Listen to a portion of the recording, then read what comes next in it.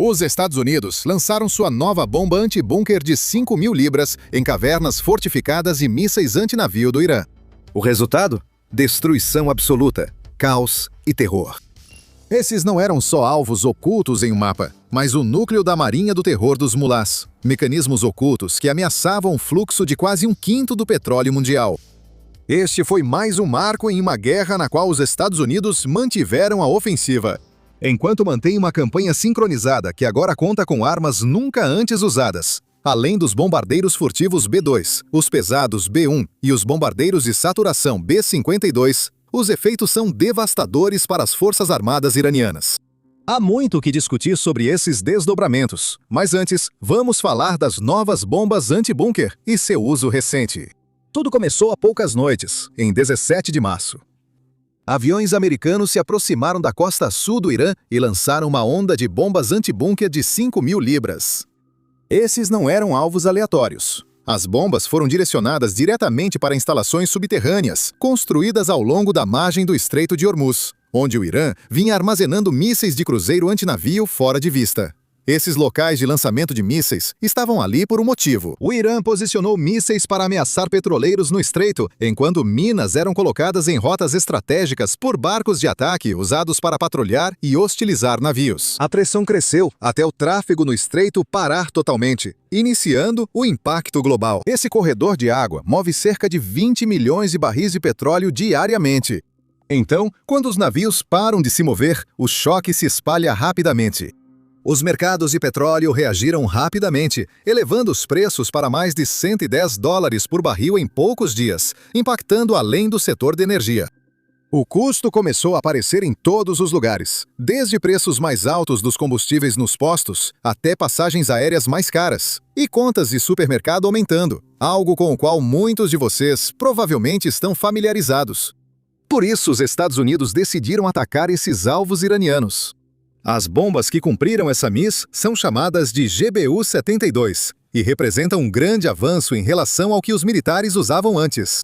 Cada uma pesa cerca de 2.300 quilos, mas não se trata apenas do tamanho. A maior parte desse peso vem de uma ogiva de aço espesso conhecida como Blue 138. Esse invólucro foi feito para ser resistente por um motivo. Ele precisa sobreviver ao impacto, manter sua forma e continuar avançando em vez de se despedaçar. É nesse invólucro que a coisa fica séria. A bomba carrega mais de 450 quilos de explosivos de alta potência, uma mistura de PBXN-109 e AFX-757. Esses explosivos são projetados para permanecer estáveis durante a queda e o impacto, e então liberar toda a sua energia de uma vez quando o momento certo chegar. Então, a bomba não apenas atinge com força, ela atinge com precisão, guardando todo o seu poder para o exato momento em que pode causar o maior dano. E ainda tem o sistema de guiagem, que é o que torna tudo isso tão preciso. Na parte de trás, o sistema JDAM usa GPS junto com sua própria navegação interna para guiar a bomba até o alvo. Mesmo que as condições não sejam perfeitas, ele continua ajustando sua trajetória enquanto cai. Por isso, essas bombas podem cair a poucos metros do ponto visado. Não são apenas lançadas do céu, mas controladas, precisas e deliberadas. O destaque dessa arma é a profundidade atingida antes de explodir. Ela é lançada de grande altitude, e enquanto cai, a gravidade a puxa cada vez mais rápido, até atingir o solo com força enorme, como um trem de alta velocidade batendo em aço. Essa velocidade e seu nariz reforçado permitem atravessar mais de 45 metros de terra compactada, ou cerca de 4,5 metros de concreto armado. A verdadeira vantagem está no que ocorre depois. Uma espoleta inteligente dentro da bomba detecta a resistência ao passar por terra, rocha e concreto. Em vez de explodir no impacto, ela espera. Continua mergulhando mais fundo até chegar ao ponto certo. Então aciona a explosão exatamente no momento em que pode causar o maior dano. Quando a explosão finalmente acontece, a bomba já está bem fundo no subsolo. Ondas de choque atravessam túneis, destroem câmaras e esmagam tudo de dentro para fora. E quando são usadas, o solo não apenas racha, ele se move. É isso que as torna tão eficazes contra alvos fortificados iranianos. Os sistemas de mísseis do Irã foram projetados para permanecer escondidos em longos túneis subterrâneos, protegidos por camadas de concreto e rocha até estarem prontos para disparar. Essa arma transforma essa vantagem em fraqueza, destruindo esses esconderijos onde eles deveriam sobreviver. A GBU-72 pode parecer que surgiu do nada, mas não foi assim. Esse projeto está em desenvolvimento há anos e é testado desde 2021, quando militares lançaram versões iniciais dela a partir de jatos F-15E Strike Eagle, em campos de treinamento nos Estados Unidos. Na época, testavam apenas o básico. Ela acerta o alvo com precisão? Ela atinge a profundidade esperada em condições reais? Após testes iniciais promissores, em 2024 começaram a testar em bombardeiros B-1, o que mudou o cenário. Os engenheiros precisaram aprender a transportar algumas bombas em suportes externos sob as asas, permitindo que um bombardeiro leve mais de uma por missão. Mais bombas e alvos atingidos ao mesmo tempo aumentam a pressão no subsolo, destacando sua eficácia. A GBU-72 é baseada em armas mais antigas, como a GBU-28 dos anos 1990. Mas ela vai além. Ela penetra mais fundo e atinge com mais força. A carcaça é mais resistente e pode suportar o impacto, continuando a perfuração. O fusível é mais inteligente, detonando só quando a bomba está no local certo. Assim, cada ataque é mais forte no subsolo, e ela cobre uma lacuna. Ela está entre a antiga GBU-28 e a grande bomba quebra-bunker de 30 mil libras, usada pelos B-2 contra os alvos mais protegidos. Para alvos muito profundos sob montanhas, os Estados Unidos usaram sua maior arma convencional até agora. O bombardeiro furtivo B-2 Spirit carrega a Massive Ordnance Penetrator, ou MOP, uma bomba impressionante de 30 mil libras e o maior quebra-bunker convencional já construído. Esta não é uma arma comum. Ela foi criada para realizar o que nenhuma outra faz: atingir fortalezas subterrâneas, perfurando mais de 60 metros de terra e concreto armado antes de explodir. O lançamento dessas MOPs sobre as cidades de mísseis mais fortificadas do Irã e instalações suspeitas ligadas ao programa nuclear teve resultados catastróficos. Complexos inteiros que Teherã considerava invioláveis ruíram internamente. Centros de comando em montanhas foram desativados. Depósitos e centros de produção, que levaram décadas para ser construídos, foram destruídos em segundos. O uso do MOP marcou um novo nível de escalada na campanha. Isso mostrou que os Estados Unidos não confiavam só nas novas bombas anti-bunker GBU-72 de 5 mil libras, mas também estavam prontos para usar suas bombas convencionais mais potentes nos alvos mais difíceis. Essas armas tiraram do Irã as últimas ilusões de segurança no subsolo. Nenhum bunker é fundo demais, nenhum arsenal está escondido demais e nenhuma ameaça está fora de alcance. A MOP não destruiu só edifícios e túneis, mas também apagou o senso de invencibilidade em que Teherã confiava havia anos, mostrando que até os locais mais protegidos estavam vulneráveis. Com as ameaças eliminadas pela MOP no início da campanha, a GBU-72 entrou em ação no nível seguinte, por isso foi usada nos ataques de 17 de março. Os alvos eram baterias e mísseis com sistemas como Khalid Fars e Nur. São armas sérias. Ela alcança o Estreito de Hormuz e atinge petroleiros a dezenas de milhas, muitas vezes antes das tripulações perceberem. Com esses sistemas ativos, a navegação pelo estreito estava sempre sob ameaça. Quando os locais subterrâneos de armazenamento e lançamento foram atingidos, a situação mudou rápido. Sem essas posições ocultas, os mísseis perdem vantagem e o risco para navios diminui. Esse é um passo essencial para retomar o tráfego em uma das rotas marítimas mais importantes do mundo. Com a recuperação do fluxo, a pressão sobre os preços do petróleo cai, refletindo nos custos diários como combustível e alimentos. Esses ataques costeiros são apenas parte de uma grande campanha aérea que ocorre há semanas. O que a torna eficaz é o uso conjunto dos bombardeiros B-2, B-1 e B-52 pelos Estados Unidos. Cada um tem uma função, e ao combiná-los, cria-se um ciclo contínuo de pressão. O Irã é atingido, tenta se recuperar e é atacado novamente antes de se reagrupar. Normalmente começa com o B-2 Spirit, o bombardeiro furtivo criado para atravessar defesas sem ser detectado. Seu formato desvia o radar e a superfície absorve sinais, permitindo atravessar continentes e continuar difícil de detectar. Essas missões geralmente começam no Missouri, na base aérea de Whitman, e duram dezenas de horas, com reabastecimento no ar. No começo da campanha, os B-52 atacaram alvos mais profundos e protegidos, como Fordow e Natanz, usando grandes bombas perfurantes para destruir instalações subterrâneas. Agora, o foco mudou um pouco. Eles usam a GBU-72 contra bases costeiras e mísseis e áreas de lançamento fortificadas, que continuam sendo alvos difíceis, mas não os mais profundos. Como o B-2 fica oculto, pode atacar primeiro, eliminar defesa-chave e abrir caminho para o que vem depois. Quando essas defesas enfraquecem, tudo acelera. É aí que entram os B-1B Lancers. Esses jatos são rápidos e, com asas retraídas, atingem velocidade supersônica. Muitos agora estão na Força Aérea Real Fairford, Reino Unido, reduzindo a distância ao Irã e permitindo mais missões em menos tempo. Isso é importante porque essa fase foca em manter o ritmo.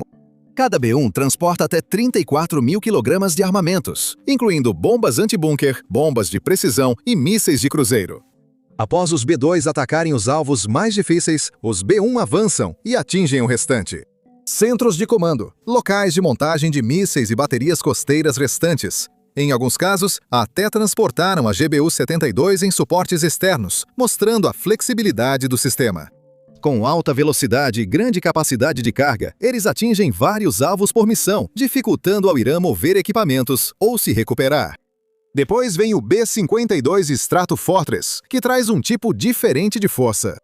Esse avião existe desde a Guerra Fria, mas ainda entrega uma quantidade enorme de poder de fogo. Muitos deles também estão operando a partir da Força Aérea Real Fairford, prontos para decolar a qualquer momento.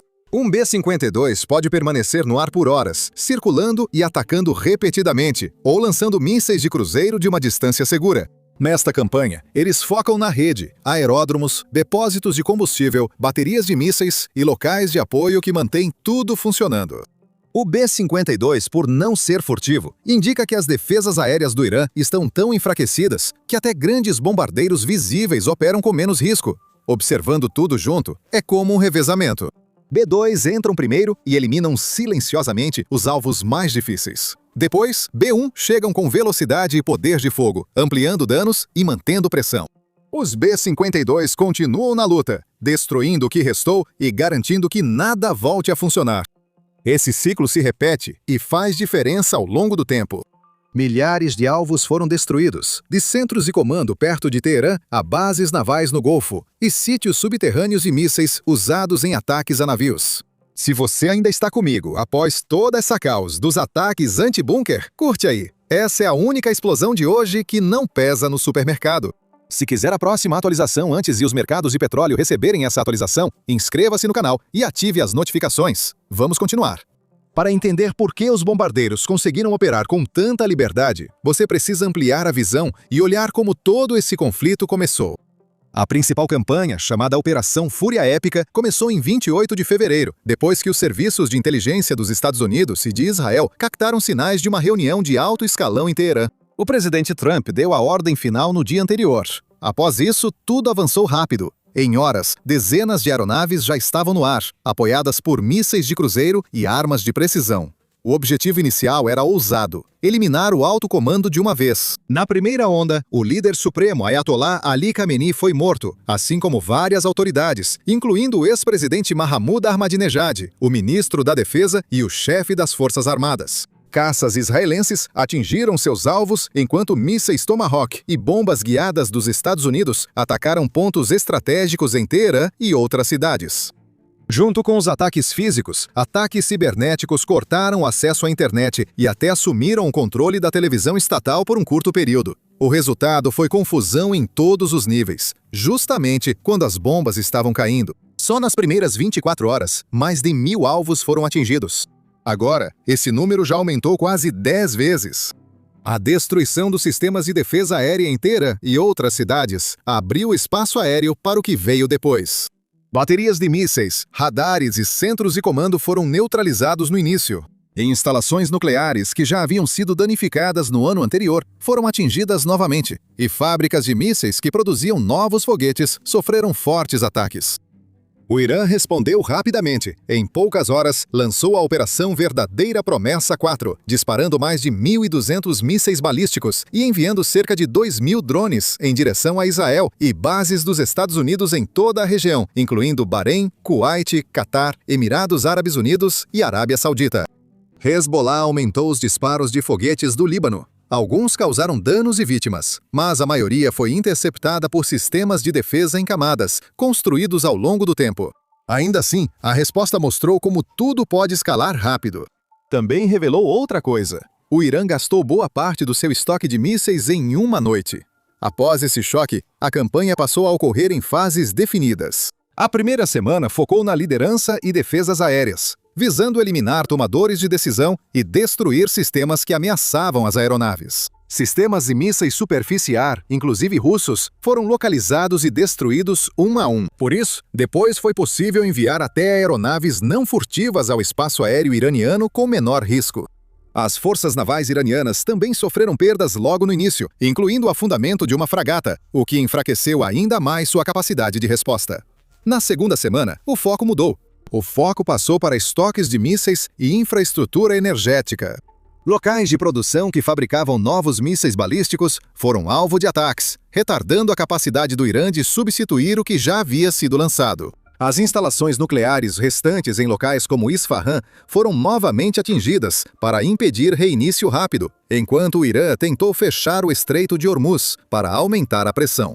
Minas foram lançadas, navios atacados e sinais de GPS bloqueados, dificultando a navegação. Mas isso teve efeito colateral. Elas mostraram onde as defesas costeiras do Irã eram mais fortes, facilitando torná-las alvo. Na terceira semana, em meados de março, a campanha ficou mais restrita. O foco passou para ameaças costeiras que afetavam o transporte marítimo global. Isso causou os ataques com bombas perfurantes em 17 de março. Nesse estágio, cada fase da campanha já havia enfraquecido o Irã de formas distintas. Os lançamentos de mísseis diminuíram muito após danos às fábricas e destruição dos depósitos. O comando e controle foram comprometidos com a remoção da liderança e ataque aos centros de comunicação. O impacto econômico se acumulou simultaneamente. As exportações de petróleo dos principais terminais do Irã caíram muito, reduzindo uma importante fonte de renda do governo, e os impactos foram além do país. Mercados globais reagiram, rotas dos petroleiros mudaram e preços subiram. A pressão aumentou após ataques israelenses atingirem infraestruturas de gás, como South Pars, grande campo compartilhado com o Catar, que fornece boa parte do gás natural mundial. Essa ação elevou ainda mais as apostas. E foi assim que a campanha chegou a esse ponto. Cada fase se apoiou na anterior, enfraquecendo as defesas, reduzindo capacidades e expondo alvos. Quando os bombardeiros atacaram as posições costeiras de mísseis, o terreno já estava preparado. O que parecia uma escalada repentina era fruto de uma sequência planejada que transformou o ímpeto inicial em pressão contínua e mudou o campo de batalha. Os números de baixas por si só já mostram quão intenso esse conflito se tornou. Do lado do Irã, acredita-se que as mortes militares estejam na casa dos milhares, com muitos outros feridos. Mas não são só as pessoas. Fábricas que faziam reposições foram atingidas ou destruídas. Então, o que se perder no campo de batalha não voltará tão cedo. Os Estados Unidos já perderam 13 militares, incluindo a tripulação de um avião-tanque KC-135 e o pessoal das bases atingidas durante a retaliação do Irã. Israel sofreu ataques com dezenas de vítimas civis e militares por mísseis. Até países vizinhos do Golfo relataram danos causados por explosivos que erraram o alvo. O impacto humano se espalha pela região, afetando a todos. A guerra aérea também é intensa. O Irã diz ter atingido um F-35 dos Estados Unidos, obrigando-o a pousar de emergência em uma base americana próxima. Washington não confirmou a derrubada total, mas a alegação mostra como os céus estão disputados e que até aeronaves avançadas não são intocáveis. Ok, vamos recuar. O padrão está claro. O Irã perde pessoas, equipamentos e infraestrutura mais rápido do que se recupera. Já as perdas dos Estados Unidos e aliados, embora reais, são bem menores. Cada bunker ou instalação subterrânea destruída enfraquece a resposta de Teherã e aumenta a pressão, enquanto as operações dos Estados Unidos seguem intensas. A campanha de bombardeios usa furtividade, velocidade e resistência para atingir alvos enterrados, sem a necessidade de ataques terrestres arriscados. Cada missão se baseia na anterior, removendo camadas das defesas que o Irã levou anos para criar. Porém, o poder aéreo é só parte do quadro. Hades Vartogs e helicópteros Apache patrulham o estreito, destruindo drones, barcos de ataque rápido e minas inacessíveis aos grandes bombardeiros. Voando sobre a água, eles oferecem à marinha visão extra e poder de fogo onde é preciso. Tropas terrestres não são consideradas agora, mas podem ser usadas se Teherã fizer uma investida desesperada. Esta campanha vai além de lançar bombas, sendo um esforço coordenado em várias frentes que controla toda a batalha. Aviões furtivos atacam primeiro os alvos mais difíceis. Bombardeiros rápidos ampliam as brechas, e armas de longo alcance destroem o restante. Todas as missões passam a mesma mensagem. Os Estados Unidos estão no controle, as vantagens do Irã estão desaparecendo, e o equilíbrio de poder está mudando sob uma pressão constante e implacável. Então, o Irã reagiu a esses ataques recentes em silêncio? Definitivamente não. No Irã, a reação aos novos ataques com bombas anti-bunker foi intensa e indignada. A TV estatal e a Guarda Revolucionária minimizaram os danos, dizendo que os locais subterrâneos estavam quase vazios, ou que as defesas aéreas reduziram o impacto. O Irã também ameaçou causar mais distúrbios, incluindo ataques a instalações energéticas em países vizinhos, como o centro de Ras Laffan, no Catar. Já os líderes do Pentágono não ocultam o progresso. O secretário de Defesa, Pete Hegseth, e o general Dan Kane afirmaram que a campanha vence decisivamente, com os maiores pacotes de ataque até agora a caminho. Ataques balísticos e de drones do Irã caíram 90% após destruição de fábricas e locais de lançamento. Esse ritmo constante mantém a pressão e mostra que os Estados Unidos ainda têm vantagem. O novo líder supremo, Mustafa Khamenei, mostrou postura mais rígida em sua primeira declaração desde que assumiu o poder. Ele prometeu vingança sem fim pelo sangue dos mortos, manter o Estreito de Hormuz bloqueado pelo máximo de tempo possível e avisou que todas as bases americanas da região sofreriam ataques se permanecessem abertas. A mensagem de Teherã retrata a guerra como agressão americana e israelense ao povo iraniano.